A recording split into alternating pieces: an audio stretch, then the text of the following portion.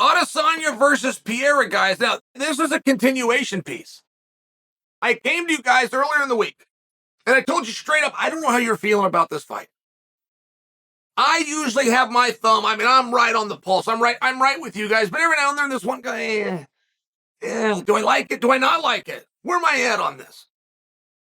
Pereira Adesanya had that feel, so I just test you guys. I told you, there's no better marker in our industry than Chael Sonnen's YouTube page. You will meet people that will sell you on their ability to do algorithms. They will sell you on a proprietary piece of data, which means I can't even tell you what it is, system that I have for predicting fights. You'll have it in politics. You guys ever see that? They're called polls. You ever see how they come and work those things? Just so you understand, it's all a lie. Not partly a lie. It's all a lie. Dave Meltzer in our sport for years was the leader in pay-per-view predictions. And I will tell you, of all the people that gave them, he was the closest. He was off. He never knew it. He was never right, but he was the closest. And Dave Meltzer, I got to have a reason. I got to have a way that I can get these. I have to, or people aren't going to listen to me.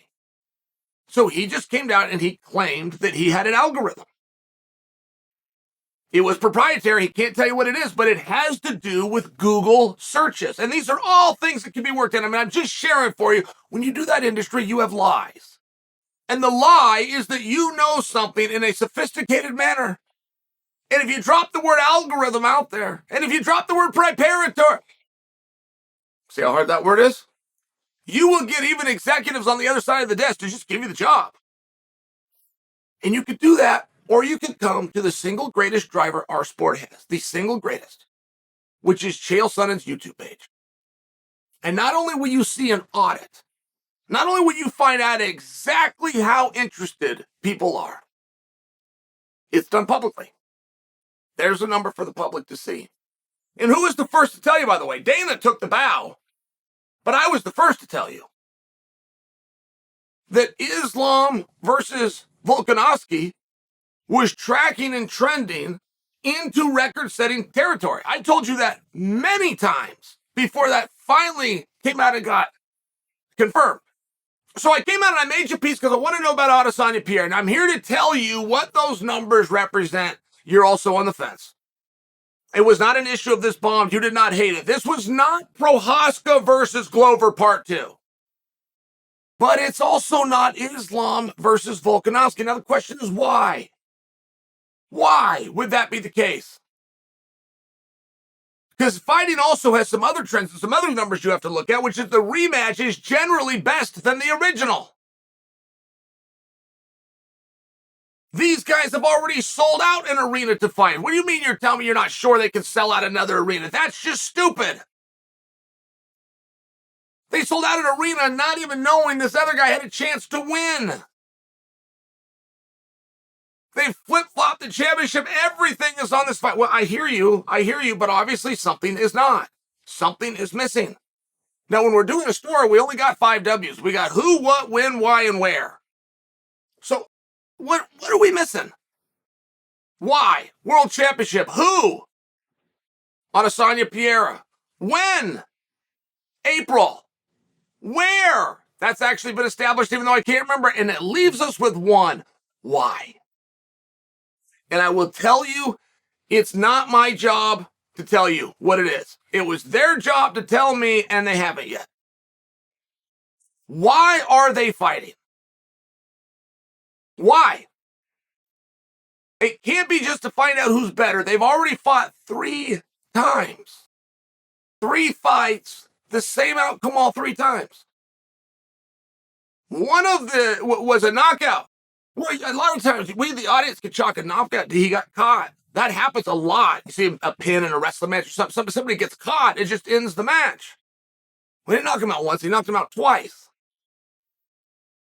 Now, I get that would be a pretty good revenge and maybe even a pretty sweet moment for one of them, in this case, for Izzy. Why is Pereira showing up? Why is Pereira putting this belt and this undefeated record? Why is he putting it on the line? Why is he getting this huge paycheck for his arch nemesis? Why? There could be very good reason. But we haven't been told. It doesn't feel as though they're fighting for any other reason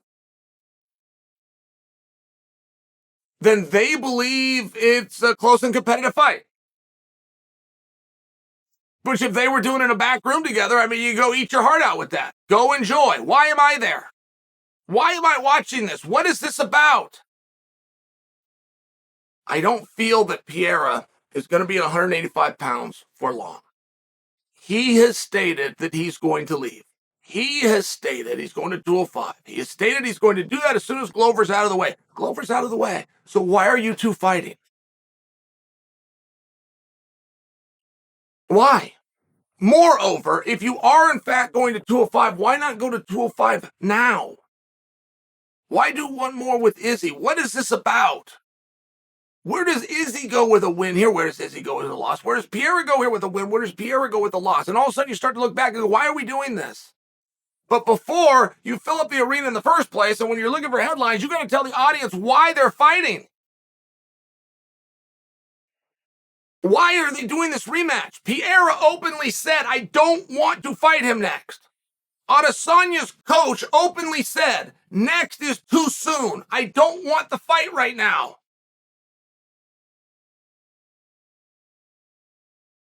If Pereira is going to leave the division, which I believe that he is, but if he's going to leave the division, if that is a foregone conclusion, he needs to make that announcement prior to this match.